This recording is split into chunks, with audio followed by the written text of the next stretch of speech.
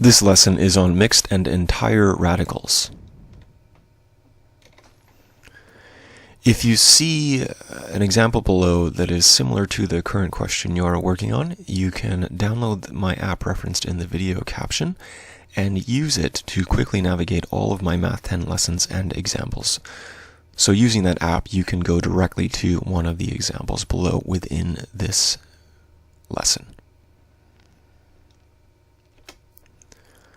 Let's look at the multiplication property of radicals. This is what it looks like. So it's basically saying you need to have a similar type of radical with the same index number in order to multiply two of them together and then combine the radicands together. And it'll become a bit more clear once we look at examples.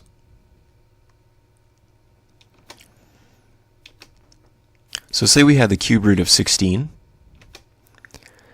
Now we could split that 16 up into two of its factors, 8 and 2.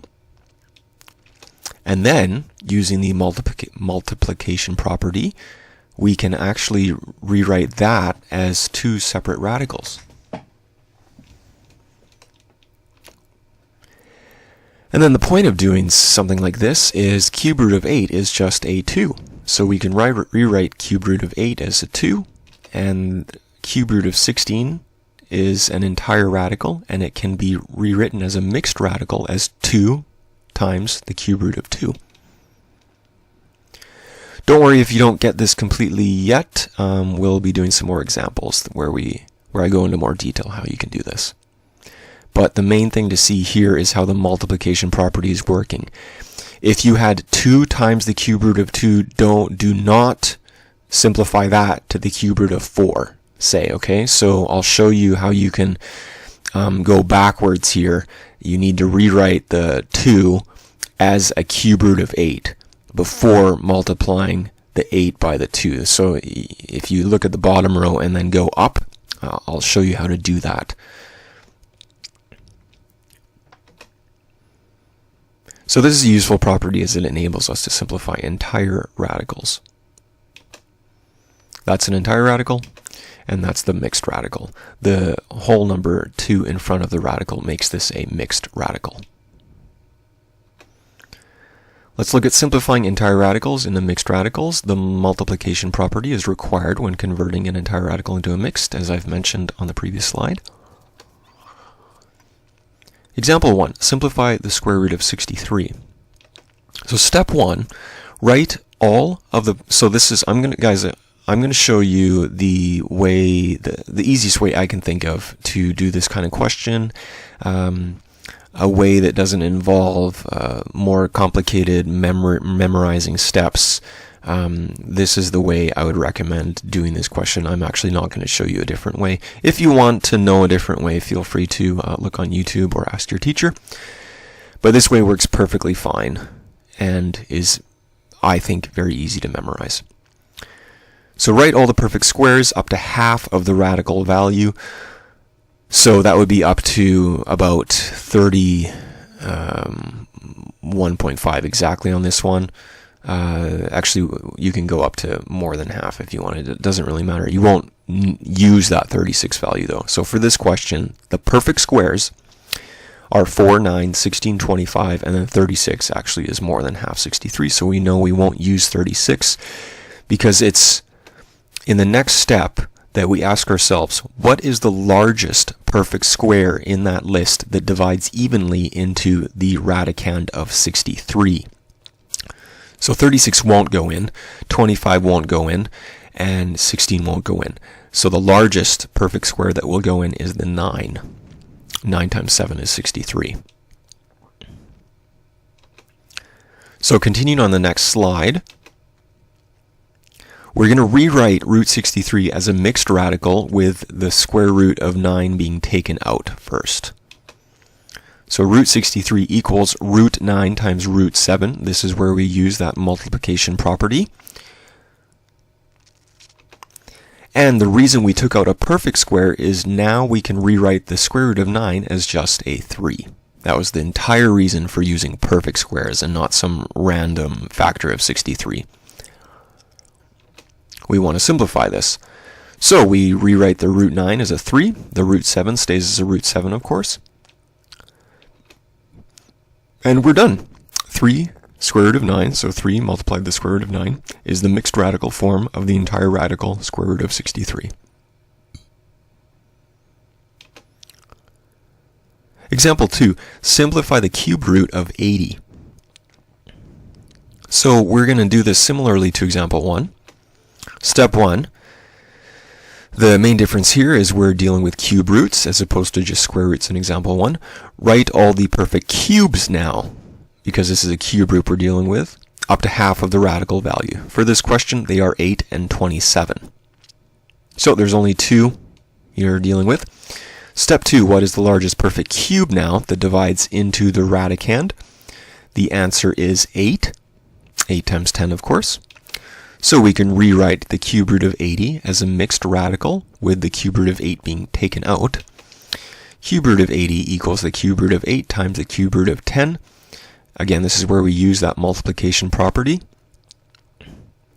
And note, we're using perfect cubes so that we can rewrite, we take out a cube root, because using multiplication property, you can only multiply to get up to the cube root of 80 by multiplying cube roots together. That's why we need to use a perfect cubed and a cube root here.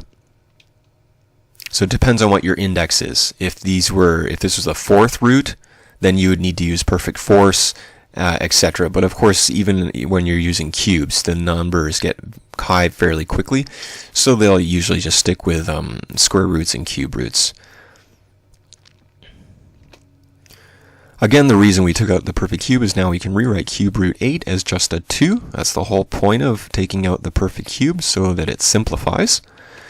And so we rewrite it as 2 cube root 10. Our cube root 8 changed into just a 2 here, and then we still have the cube root 10. Don't forget to rewrite that.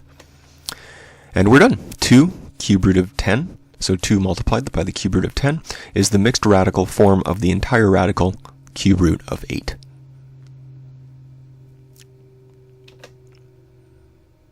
Example 3, write 2 multiplied by the cube root of 5 as an entire radical. Using the multiplication property of radicals, in order to multiply 2 by the root 5, we must first rewrite the 2 in the form of a square root. Remember, multiplication property, you can only multiply that 2 by a root 5 if you change that 2 somehow into a square root of some number that is equivalent to 2. Well, that is easy enough. What is the square root form of 2? The answer is a square root of 4, of course. So we rewrite the 2 as a square root of 4. Keep the root 5 as it is, of course. So this is equal here. 2 root 5 is equal to root 4 root 5. The 2 changing in the root 4 is the main lesson, the new thing that you're learning here. And now that root 4 and root 5 are both square roots, you can just multiply those two radicands together to get a 20 using the multiplication property of radicals.